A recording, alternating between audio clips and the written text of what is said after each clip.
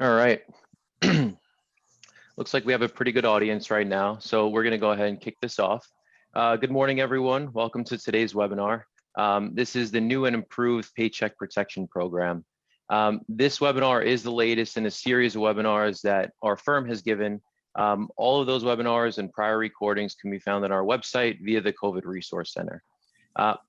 My name is Chris Zingalli. I'm a principal here at Janover. I'm here today with Joe Tancer, Barry Sunshine, two of our senior partners at the firm, and we lead Janover's PPP task force.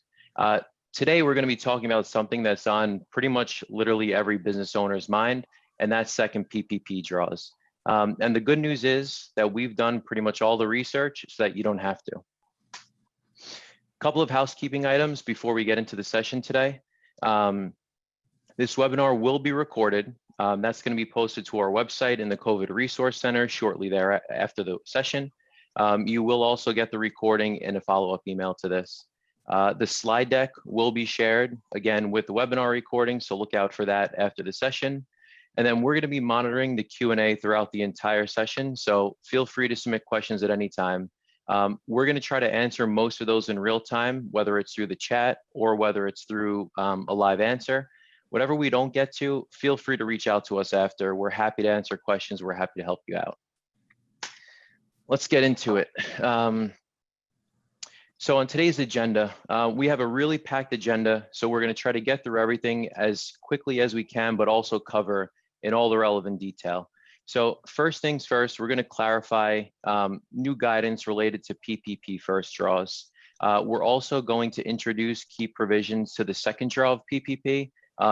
Pretty much everyone on this call probably knows there's another opportunity to get PPP money. We're going to talk about updates to loan forgiveness, which are retroactive. So those updates to loan forgiveness are available for your first draw of your PPP loan. We're going to talk about tax implications and financial reporting for forgiveness. We are going to cover at a really high level the employee retention tax credit eligibility. We will be having a webinar on January 26th, which is going to be covering that in a lot more detail. So we're only going to scrape the surface there. And then we're going to talk about next steps related to PPP process and forgiveness, so on and so forth.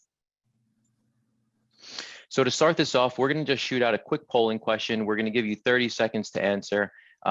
We just want to get an idea of our audience. We do try to tailor these webinars to cover what's relevant for everyone on the session. So the first question is, what was the amount of your first PPP draw?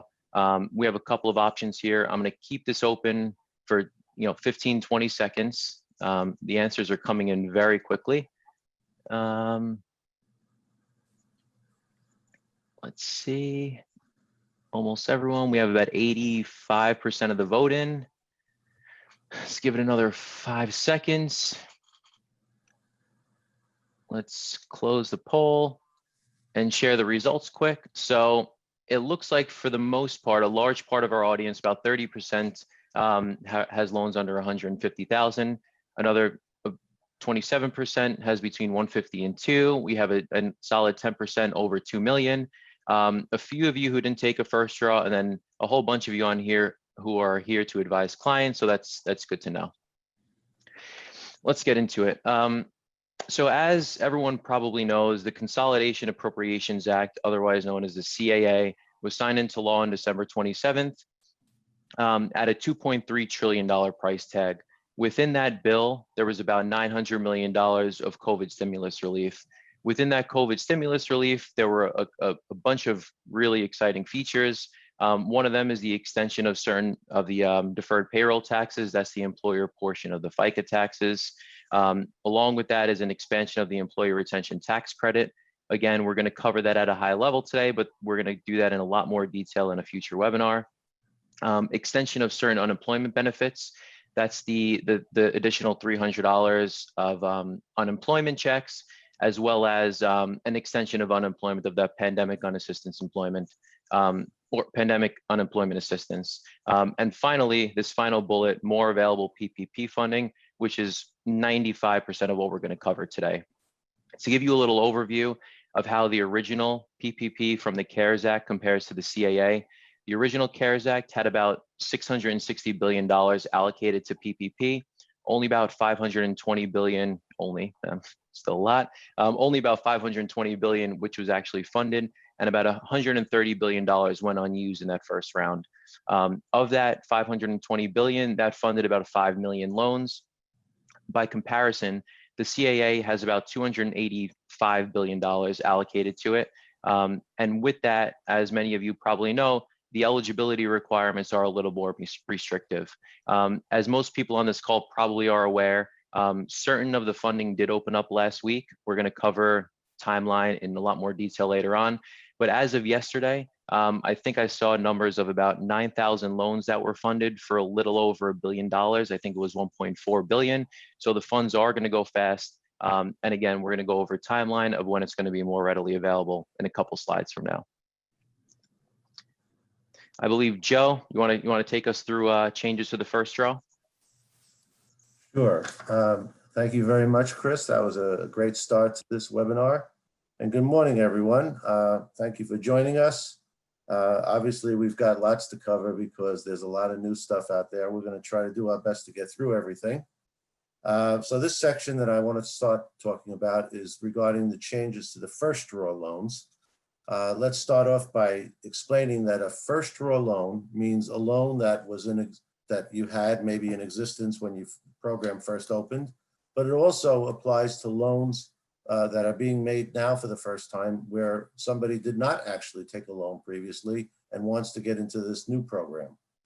So it's important to know that because we will speak later about the second draw, and those will be only for people who had a loan in the first time and now are seeking a second loan, and those rules are different.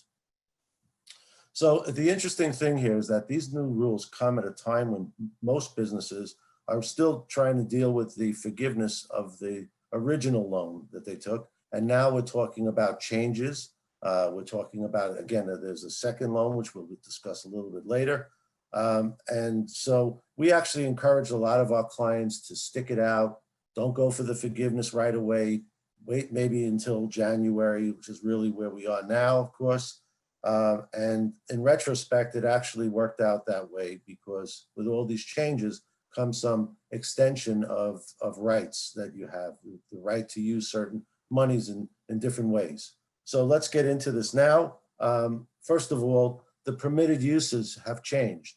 So in the original bill, you could only use it for certain payroll costs. Again, for US residents, you had to use 60% of that money for payroll costs. And those payroll costs included salary and drawer, some health insurance, state taxes, retirement fund.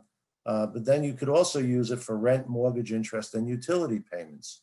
Well, all of that part is kept intact. What has changed is that this new law brings new items that you can spend the money on, giving a little more flexibility to people who may not have, a rent or may not have mortgage interest or utility payments to buffer that payroll cost. So let's get into the individual items. So now you can actually use it for goods from suppliers, and that would be maybe goods that you sell. It could also mean goods that help you do whatever you do in your business, just your basic supplies. But you just have to make sure that you had a contract or an order in effect prior to the cover period, which, as you may know, is either an 8 or 24-week period. But if the goods were perishable, you can actually count that covered period and actually give rise to a contract during the period, as opposed to having an effect beforehand. So another thing, which of course many of us have dealt with, and that is the working on customer or worker safety. So many of us have installed different equipment in our workplaces just so that our people could work or that our customers could enter. There are certain barriers, and one of the things that many offices have used is something like a plexiglass sneeze guard. There are various PPE that are used, and of course restaurants. You'll see that much in Manhattan. They've opened outdoor space, so the outdoor space is part of this program, so that they can use that money for that as well. Software. Now this is an expansive thing. that can be for just about any business software that's essential to business. And it includes for payroll and billing, HR. I mean, there's just a lot of software that could be used. Almost everything really is essential to running the business. And that's a big one. And then the last category is a special one. This relates to events that took place during 2020. There were a lot of protests, and some of it turned into damage on property. So if you needed to restore property that had been damaged during those public disturbances, you can use that money from the PPP for that and count it as well. Special rule with sole proprietors though. So with a sole proprietor, when it comes to the first three categories, they can only use those types of expenses if they were also used in 2019 or 2020, whichever is the base period that they're going to use for this program. But they can also add the damage costs, that last category. Next slide, please. So continuing on the changes to the first draw loans. So now it used to be that you had, at first it was an 8-week period, then they extended it where you could, certain people could do 8 or 24. Now everybody can do 8 or 24 and even periods in between. So it's the importance here is just knowing that it's easier to get to your target for 24 weeks usually, because the more you can spend, the more likely you are to hit the use of the money target. And very often that can be done just with payroll. But with 8 weeks, there still may be an advantage. If you take an example where somebody's FTEs, the full-time equivalents, are on the way down. Effectively, some people are being laid off or something like that. It could be that people are quitting and you're not replacing them, whatever the circumstances may be. If you're having trouble, like, meeting that FTE requirement, you might be better off working with an 8-week covered period, because as long as you were okay for that 8 weeks, it might be easier to hit the target. Because once you start reducing your FTEs, then you have to reduce the percentage that's available. So there's some forgiveness applications that are coming out. Both of the ones under 150 and also between 150K and 2 million, there'll be separate applications, but they're coming soon, and they will be a much simplified application than the ones that are going to be over 2 million. And you can see on the screen, basic questions get asked, and nothing major.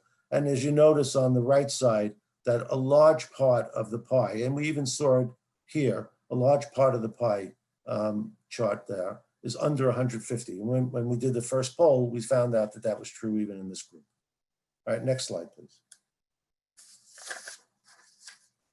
So many people took an EIDL advance early on in the program. They went up as high as possibly 10,000. Some were less, depending upon when they got the money. And it was originally, you had to subtract that money from the PPP forgiveness when you filled out your forgiveness application.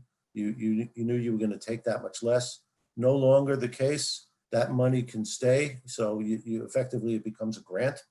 And that grant is not taxable, which is another benefit. So as Chris mentioned, I want to talk a little bit about the employee retention tax credit eligibility. Again, a reminder that the firm is going to be having another webinar in depth on January 26th. So we're not going into tremendous depth here, but we bring it up here because it has an effect on the PPP loans. So in the past, prior to this new law, it's the CAA we call it, prior to this new law, if you were in the PPP and got forgiveness, you could not use the employee retention credit at all, or vice versa. So, but the program allowed those people who did use it to go up to $10,000 per employee of salary and health insurance and get a credit for 50% of it, up to, that is $5,000 per employee for the year 2020. So the change, there were two significant changes made for the CAA. First of all, the change is now that you can actually participate in both programs. So you can get the PPP and still use the ERTC. And for the next 6 months, meaning the January through June, the credit has been expanded. So you can actually get 70% of the first 10,000 per quarter. So you can possibly get $7,000 in quarter one for an employee, and then $7,000 again in the second quarter if that person is making at least $10,000. And if you have a lot of employees, this could be a very, very important credit. So please, I stress that you go to the January 26th webinar. If you can fit it in, just make sure you can tune in for that, as you're going to see a lot of stuff there. And then another thing that was changed is in cooperation with being able to use both programs. The government specifically said that the payroll cost that you use for the PPP cannot be used also for the ERTC and vice versa. So very often we find that, especially in a 24-week covered period, you have much more payroll than you actually need to get full forgiveness. So it's quite possible that you can share in the two programs and everything will work out fine. But that has to be looked at. Again, it'll be covered in more depth in January 26th. The credit is gotten on Form 941, which is, of course, the quarterly form for FICA tax as well as federal withholdings. So that's why the 941 went from being 2 pages to 4 pages for people because of this credit. And so that's something to look at. Make sure that you're on top of this. This is a credit you don't want to miss. Okay, next slide, please. Okay, the calculation for first draw has changed slightly. Most people who took the first loan knew that it was 2.5 times the average monthly payroll. So now, under this, still, we're talking about the first draw now.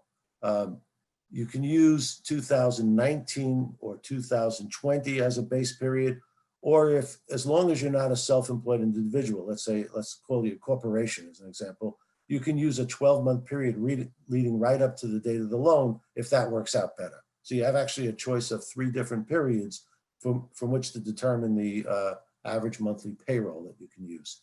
Self-employed individuals can't use that 12-month period, but they can still use 2019 and 2020.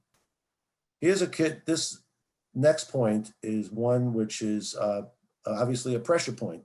So the idea is for this first draw that we're now in, under the new rules, you have to apply and receive the funds by March 31st. So that puts a lot of pressure on people especially because you got to get your support documentation together.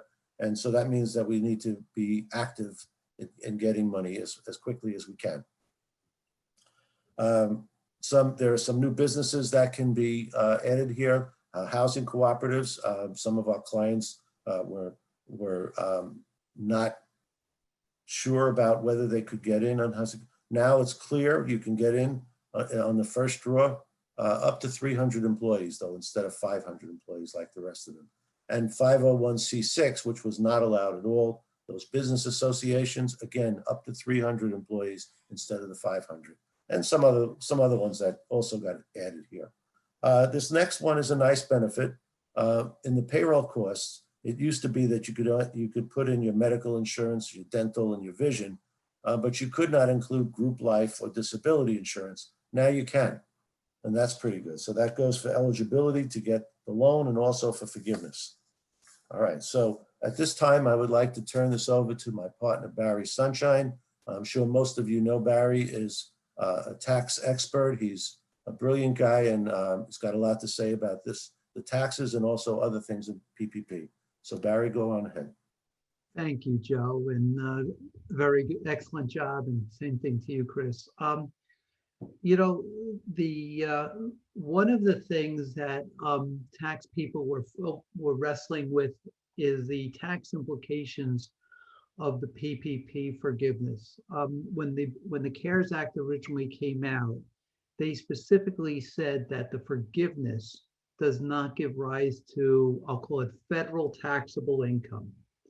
So most tax practitioners and businesses went under the assumption that the income is forgiven and the expenses that it was funding or paying were going to be eventually forgiven, no one ever conceived that it would not be deductible, these business expenses. But in June, the IRS came out with a ruling, and the ruling basically said that the forgiveness, they acknowledge that the forgiveness is not taxable income, but they came out with some pretty strong wording and a really good strong basis for their conclusion that the expenses attributable to the forgiveness portion would not be deductible, which effectively puts it back to making the forgiveness income taxable. Now, Congress recently reiterated that that wasn't their intent, but the IRS stood strong about that. The Secretary of the Treasury came out in December affirming that conclusion that they came up with in June, and he came up with a very simple concept that he basically said, if the Treasury Department gives a company $300,000 to pay your payroll, rent, and all these other expenses, and it's going to be forgiven, then basically the government paid for your expenses, not you. So you shouldn't be entitled to that expense for calculating your income taxes. Well, that gave a very strong and compelling reason to add validity to the IRS's conclusion. Even though that wasn't congressional intent at the very outset of the CARES Act, a lot of businesses, and I did a lot of tax planning for many clients, doing calculations with the expenses being deductible or not deductible, because in my heart of hearts, I always thought that these expenses would eventually be deductible. Well, in this CAA bill, they specifically came out, and it is law, and it reiterated that the fact that the forgiveness income is non-taxable for federal income tax purposes. The business expenses that would be deductible that are attributable to those or forgiven are fully deductible for income tax purposes. And in addition, if you're operating your business as a sub-S or as a partnership, the forgiveness income or the non-taxable income, or they call it tax-exempt income, would also increases the owner's income tax basis in the enterprise, in the sub-S or partnership. And they needed all three of these things to confirm the fact that the expenses are deductible as well as the income's non-taxable. Now, New York State and other states did not, decoupled from the CARES Act some of the tax consequences. So the forgiveness income is taxable income in the year that it's forgiven. So we just have to plan for that. And most people are going to have their original PPP funding being forgiven in 2021. So we just have to watch out that even though it's not taxable for federal purposes, it may be taxable or will be taxable for New York State purposes. And if you operate in other states, you just need to review that as well, and so forth. So you just need to make sure that there's a consistency issue between the state and the feds and make sure which is conforming. So that was a very interesting background. And quite frankly, I think it's a huge win for companies because they're getting, if you think about how the Secretary of Treasury basically said that the government's paying for your expenses, which is with non-taxable income, you're getting the tax deduction. So there's a little vig there associated with it.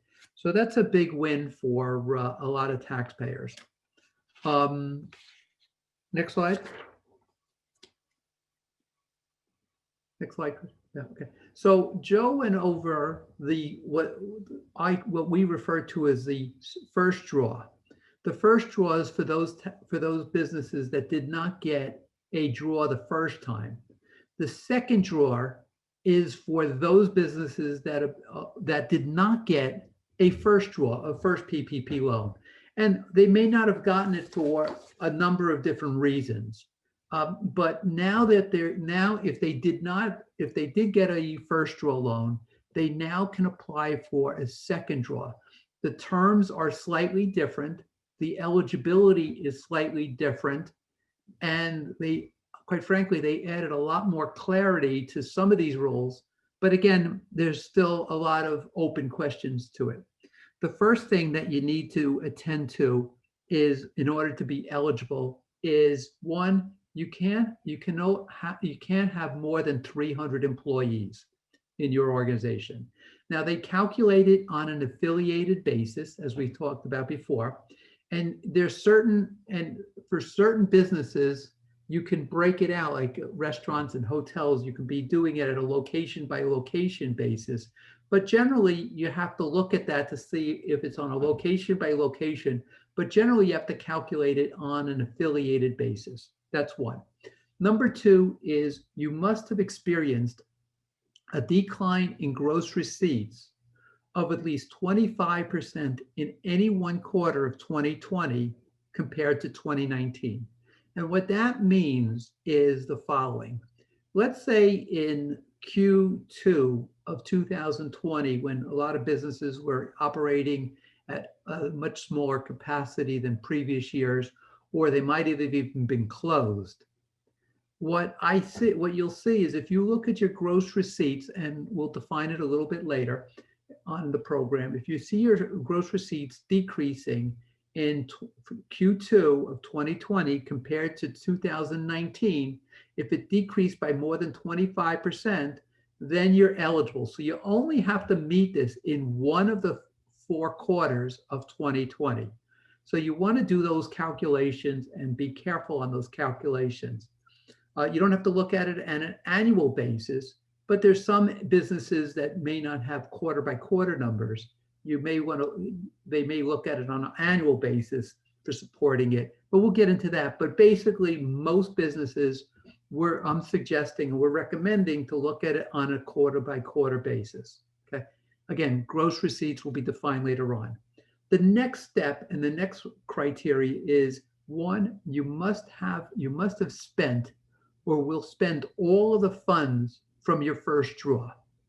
By now, I would think anybody who had received money from the first draw because it closed sometime in August, and they closed down the funding of first draw PPP loans, you would have spent all the money by December 31st.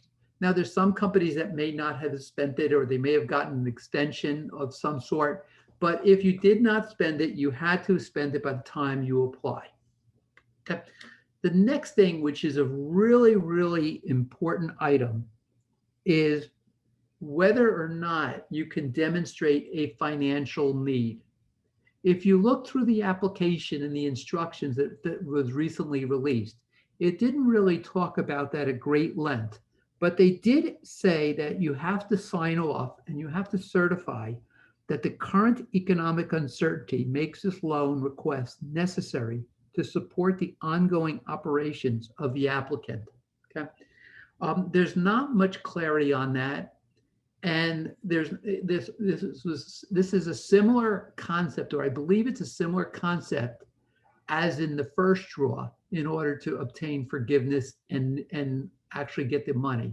So it's still very unclear. Now, depending on the business, what type of business it's operating, what kind of employment you do, and so forth, you need to demonstrate that. Now, for some folks, we've been drafting some memos supporting the financial need. And what I've been saying to clients recently for this next draw is the IRS or the SBA came out with, and the Treasury Department came out with, a loan necessity questionnaire that if you are asking forgiveness for over $2 million or more, you need to complete that loan necessity questionnaire and submit it with your application or subsequently thereafter.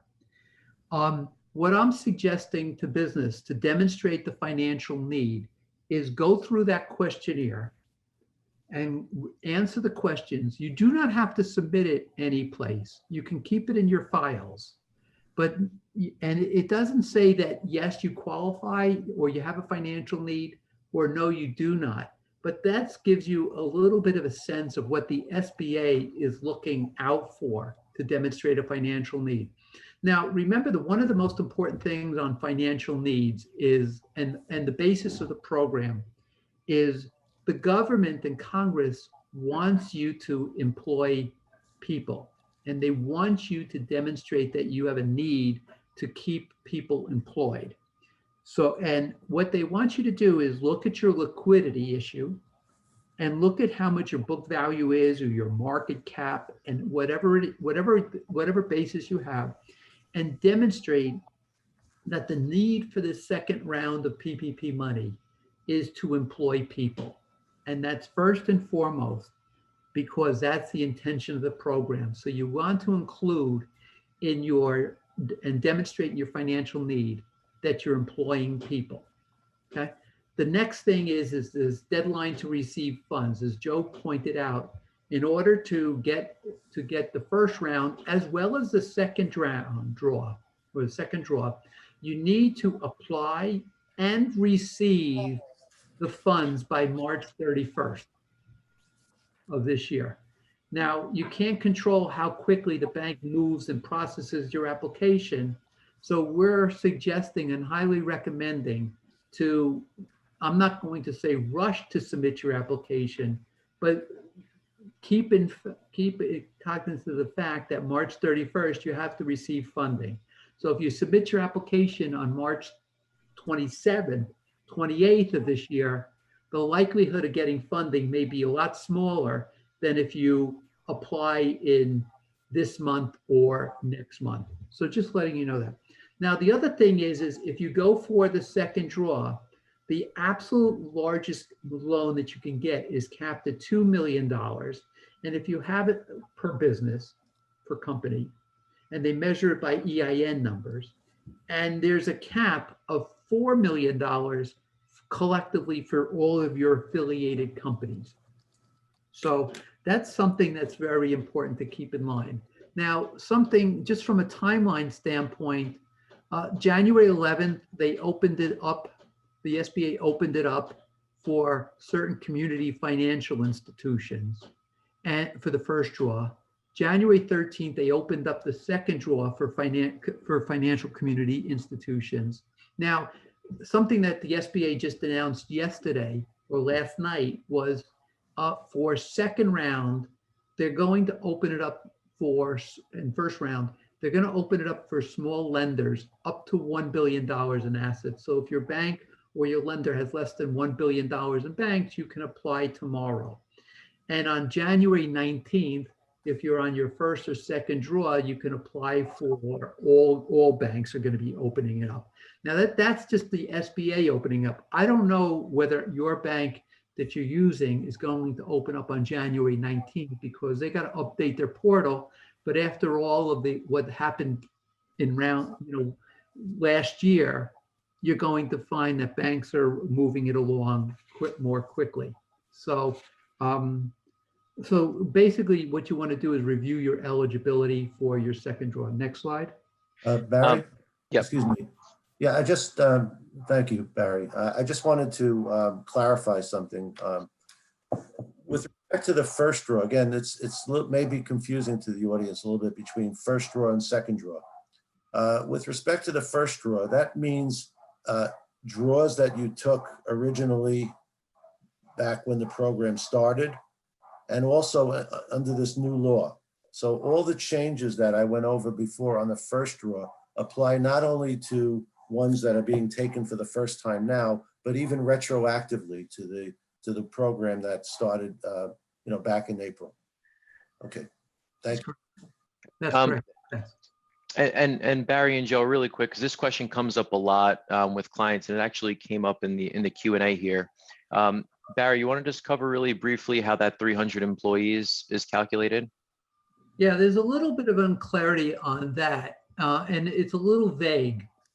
But the way the application reads, it looks like at the time of the application is submitted, whether you have 300 employees or less. Okay. There are certain definitions in the SBA that's very vague because the SBA has some subjectivity with respect to that. Because if you had, let's say, 350 employees for the last 5 years, and let's say the day you submit the application, you only had 270 employees. And then subsequently, you went back up to 350 like 2 weeks later.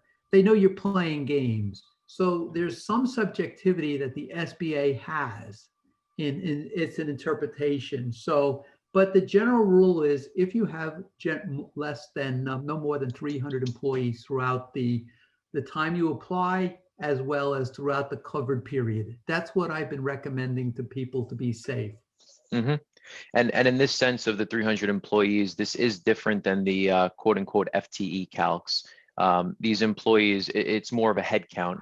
So if someone's part-time or full-time, it really doesn't matter in terms of that 300 limit. And then contractors are not included in that, right? Right, that's correct. And this is the point. One is dealing with getting the money or applying for money. That's based on payroll, your average monthly payroll times 2.5 times. Whereas when you go for forgiveness, the amount of the forgiveness that you get based on the payroll that you've paid or the eligible payroll paid, if you had a decrease during the covered period, then you have a reduction in full-time equivalents, and that would reduce or possibly reduce the amount of forgiveness. That's a good point.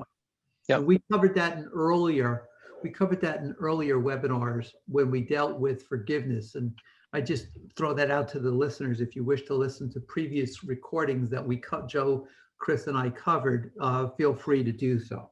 Mm-hmm. Thanks, Barry. Next slide. Thank you. All right. Really quick, we're going to put out our second polling question. Remember, our first polling question was regarding the size of your first draw. The second question here, do you actually plan to request a second draw? Yes, definitely. No, I don't think I'll meet that 25% gross receipts test, which we're going to go over in more detail in about a slide or two. I don't think I'll meet economic uncertainty. I prefer not to deal with the application of forgiveness, or no for other reasons. Let's give it another 5 seconds or so. And again, the polling questions, this isn't for CPE or anything. This is just so we could get a better idea of how to tailor some of what we speak about. And let's see, we're going to close it and let's share the results. So unsurprisingly, almost 50% of the people say yes, definitely. Can't blame me for that. About 13% don't think they'll meet the 25% gross receipts test. Hopefully we'll tell you something in a couple slides that gives you some clarity there. Maybe you will qualify for it. I don't think I'll meet economic uncertainty requirement. Well, we're happy for you. Hopefully your business is doing well. And I'd prefer not to deal with the application and forgiveness process, came in at 2%. And then no for other reasons. So thanks for that. We appreciate it. We will use that information as we kind of go forward through these final couple of slides. Want to pick it back up, Barry? Yep. Okay, thank you, Chris. And one of the things that was very unclear with the first draw when it came out when processing applications in April and May and June and so forth was what businesses were ineligible under the CARES Act. And there was a lot of unclarity as to that. They had definitions of not more than 500 employees and so forth. And they talked about SBA rules and so forth.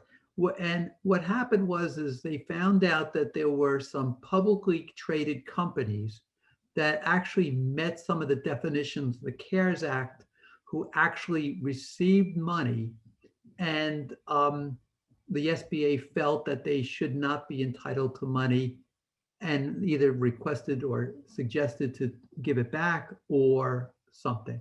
So what they did is they clarified who was an ineligible entity, and they included additional new group of entities. One is publicly traded companies.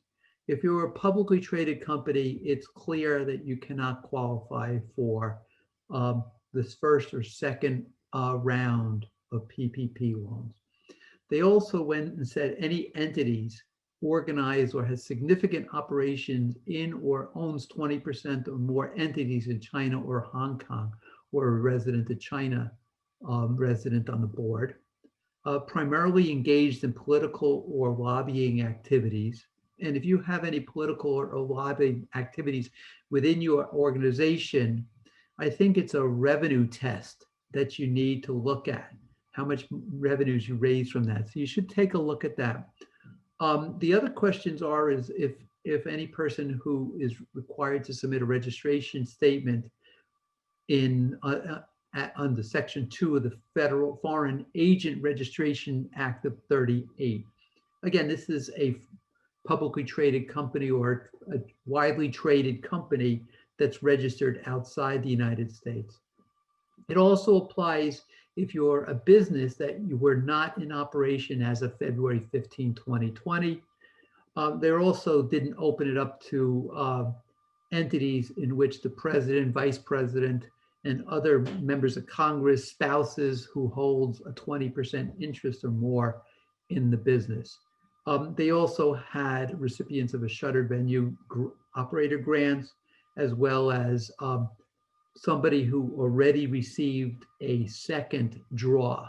So if you applied for a second draw, you can't go back and get a revised second draw and so forth. But those are some of the new expansion of ineligible companies. So that's very good. And right now I'm going to turn it over to Chris, who will cover gross receipts in greater detail, because this is a very important issue. Thanks, Barry. On that last one, it's funny because it seems pretty obvious. If you already received the second draw, you can take a second draw, but they do mention that in the bill, which we definitely found was interesting. All right, so we're going to get into gross receipts, and this is a question this is probably the number one question that arises from our clients and other advisors and people we talk to. And we have gotten a bunch of questions in the Q&A on this, so hopefully we cover what you're looking to cover here. As Barry mentioned, in order to qualify for the second draw for the PPP, the business must show a decline in gross receipts of at least 25% during any single calendar quarter in 2020 as compared to the corresponding quarter of 2019. That is, as it says, it has to be a calendar quarter, has to be the same quarter between 19 and 20, and it only has to be one quarter. It doesn't have to be the full year. It's one quarter between 19 and 20. And then there are special rules for that apply for entities that are not in business for a full year of 19. Now, the number one question which comes up is, what do they mean by gross receipts? This is something I believe an IFR was released last week, which gave us a lot more clarity. They gave us an actual definition of how they define gross receipts. Gross receipts include all revenues in accordance with the entity's accounting method as reported to the IRS. So that's how you report your tax return, your tax basis. That's how gross receipts is defined for the PPP. What does that include? That includes sale of products or services, interest, dividends, rent, royalties, fees, commissions, and that is reduced by any returns or allowances. What does it not include? It doesn't include any prior PPP forgiveness. So if you got a PPP, if you got a first draw, which you probably did if we're even talking about this, that PPP forgiveness is not included in gross receipts. It does not include sales tax. It doesn't include any intercompany transactions. That's really key. That's really, there are a lot of instances where companies pay rent to a related party or stuff like that. Be aware of that. Intercompany transactions are not allowed. Amounts collected for another. This would be, for example, an agency. Let's say it's a travel agency, for example. Granted, there's not much travel going on. If a travel agency collects amounts that are remitted to an airline or a traveling company from a customer, those amounts that are collected for them are not included in your sales. And then finally, capital gains and losses. Anything you guys want to throw in here, Barry or Joe? Nope, you did a nice job. Okay, cool. Now, the second question, which this probably comes up more than, if not an equal amount, as what are gross receipts? What are the documentation requirements for the second draw? So for the gross receipts decline, proving that 25% decrease, what are you required to submit? You're required to submit a tax return if it's available. If it's not available, you have to submit financial statements and/or bank statements. Now, the law and what we've seen from the IFR, request financial statements. That does not mean a schedule created in Excel showing your gross receipts. To us, that means financial statements. And we're hoping to get more clarity around that and see, once all the lenders start opening up, see kind of if that is a true financial statement. The interesting piece is, for loans under 150,000, you don't actually have to submit any documentation in order to get the loan. So you don't have to prove that 25% decrease to get the loan. You have to prove it at least on or before your forgiveness application. So if you're getting a loan under 150,000, which I think about 30% of our audience will qualify for, right, based on that first FAQ question, you won't have to actually submit any documentation for that decline. For loans over 150,000, you are required to submit all the documentation at the time of the application. You are able to show an annual decline, because by default, if your annual gross receipts decline by 25% or more between 19 and 20, by default, at least one quarter does have a 25% decline. So you are able to use that as your base, but in order to use that annual decline, you must submit a tax return. So for example, a loan under 150K, you don't submit documentation now. Let's say by the time the forgiveness application process opens and your 2020 tax return is done, and assuming you have a 25% decline in your 19 to 20 in the full year, you can submit just your 19 and your 20 tax return, and you should be covered there.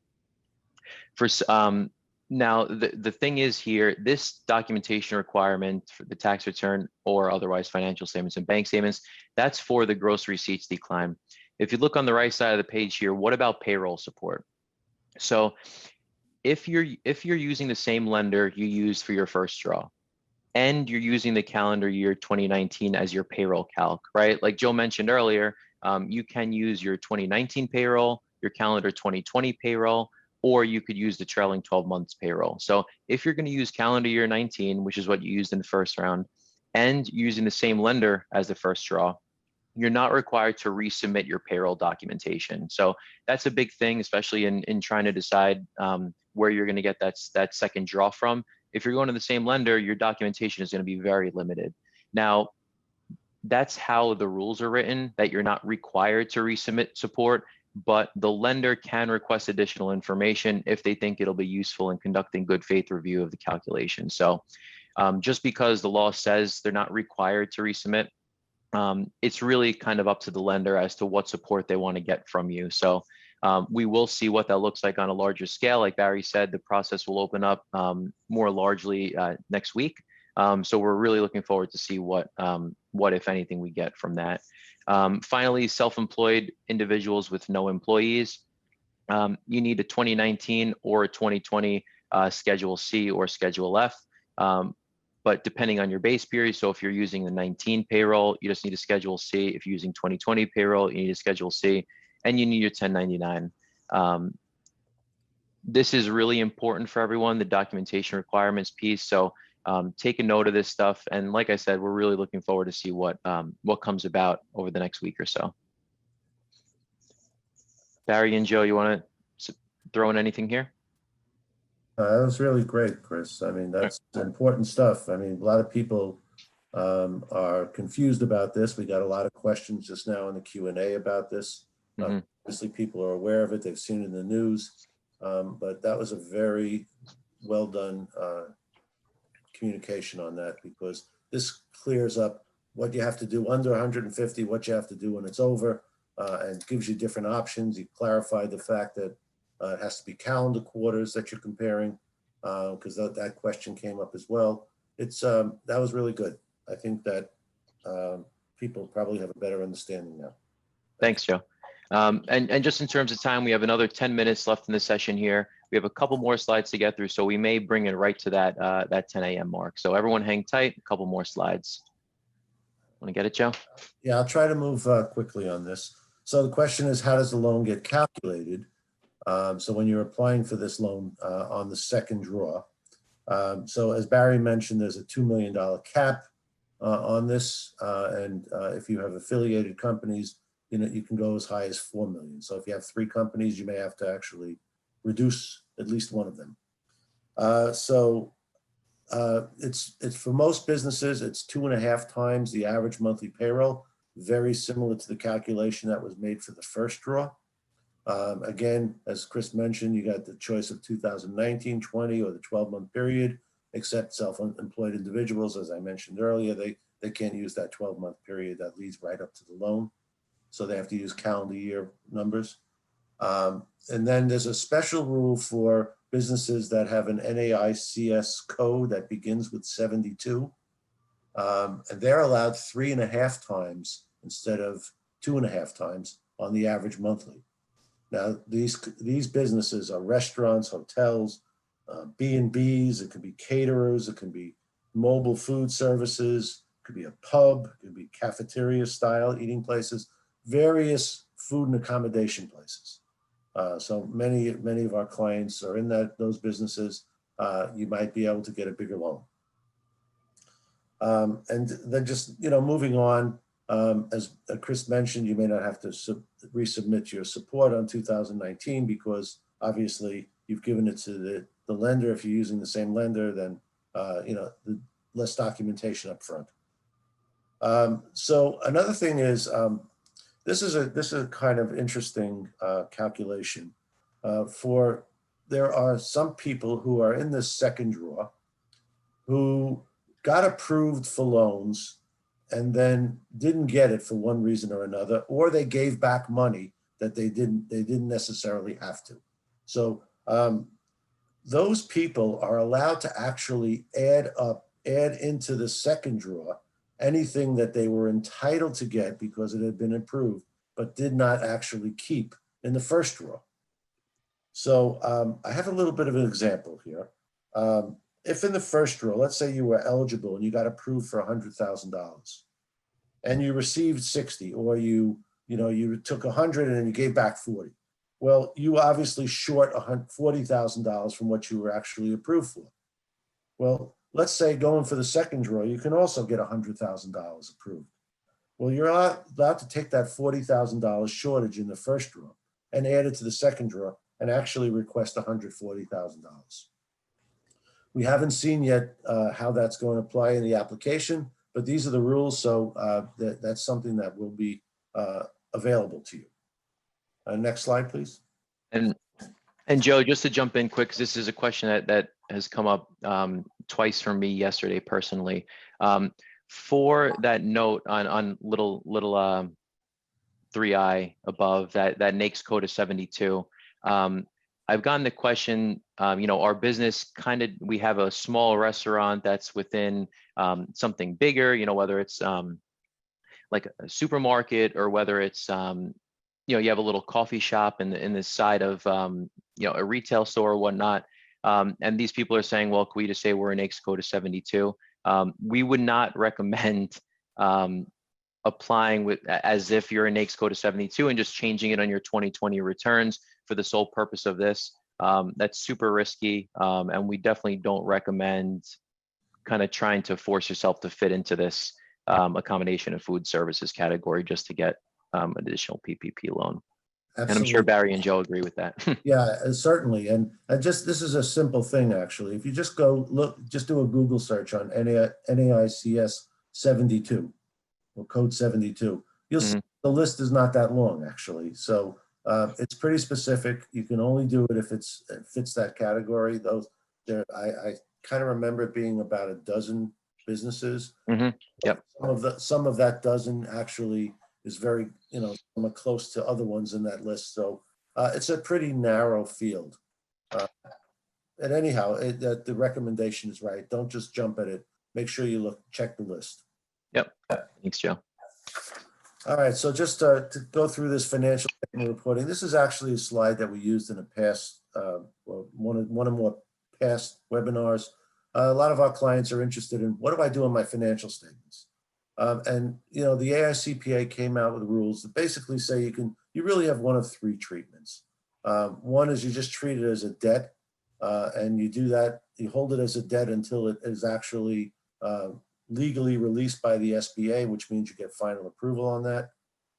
Second one, you can just keep it as a deferred income, but then as money is spent on the loan that you know will be forgiven, it's the words are really reasonable assurance. If you have reasonable assurance that the loans will be forgiven, then you can start ratably picking up that income on your financial statements. The third treatment is what we call a gain contingency, where it really just shows in the notes to the financial statements. You're not actually putting it in your P&L or your balance sheet.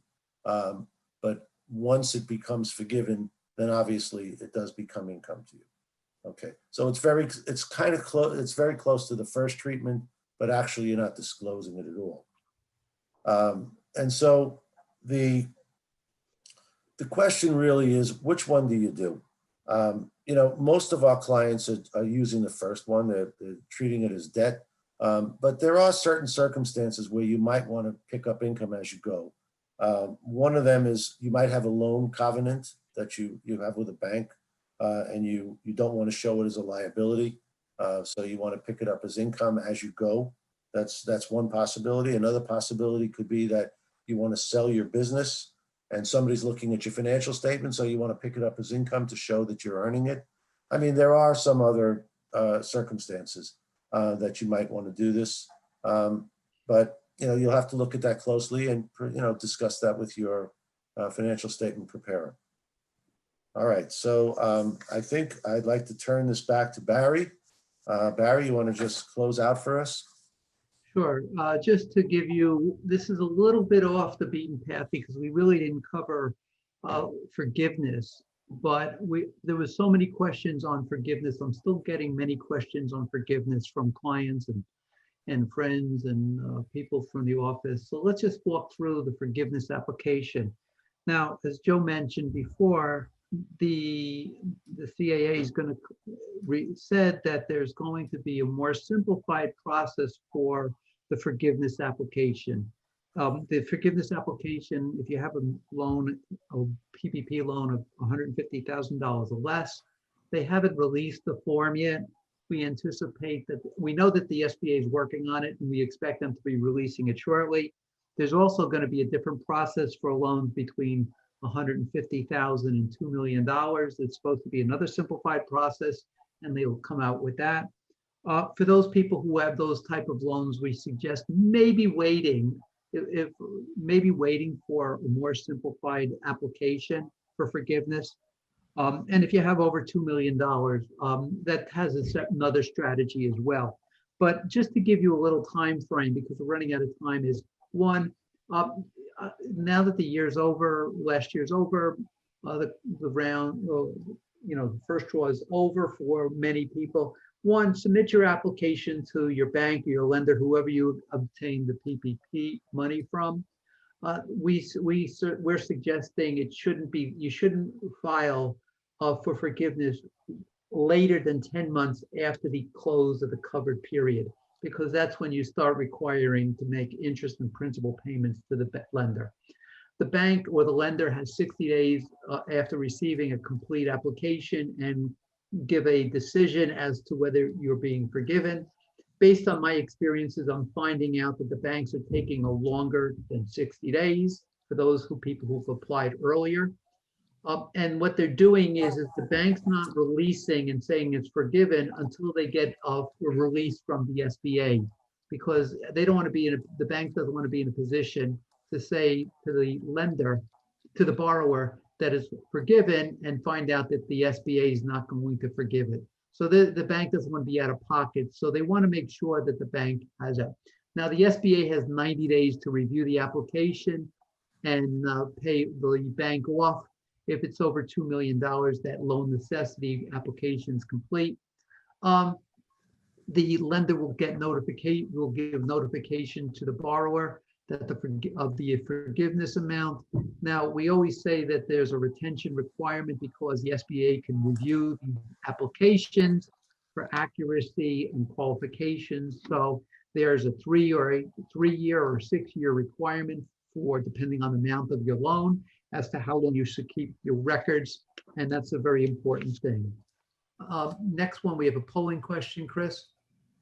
Yep. So we're going to put forward the polling question now. Barry, while this question is going on, you want to just round out the next steps? Yep, the next steps is this is the next step. And these are actually probably the summary or the takeaway that I would do. These are some of the steps that I'm suggesting and recommending to eligible PPP folks. The first thing is this. The first thing I would be doing, or the takeaway that I would have after this webinar, is one, review your business as to whether you're eligible to receive the second draw or the first draw if you didn't receive it.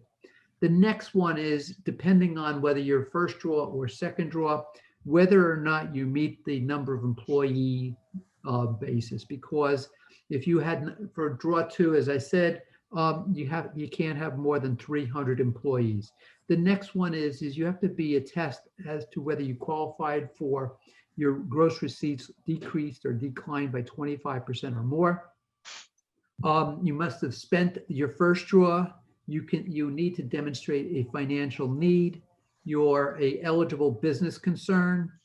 And what I'm suggesting is get the reporting package, the documents that you need together, and get to complete the application and make sure it gets in sufficient time that you can get funding by March 31st. Those are the critical things. The other thing is figure out what covered period that you want, 8 weeks to 24 weeks. I'm generally saying go 24 weeks, but there's always different implications of that because it's easier to spend the money because you're getting money based on a 10-week program. So it's easier to spend it to 24 weeks to get forgiveness. But if you expect a change in number of employees or full-time equivalents, you may want to shorten that length.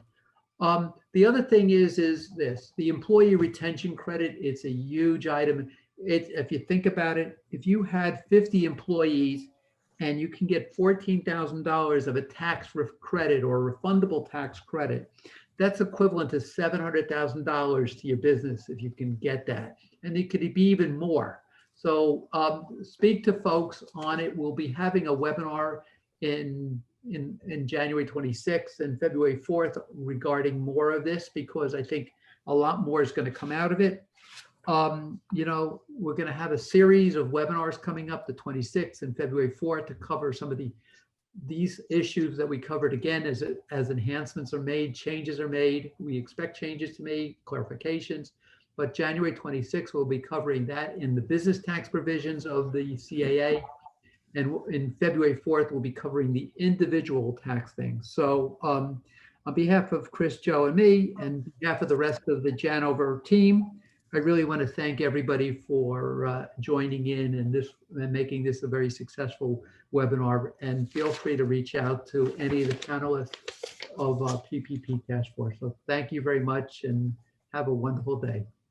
And for everyone who's still on the call, we just noticed, or I just noticed, that there were questions in the chat, not in the Q&A. So for anyone whose questions did not get answered, feel free to reach out to any of the three of us.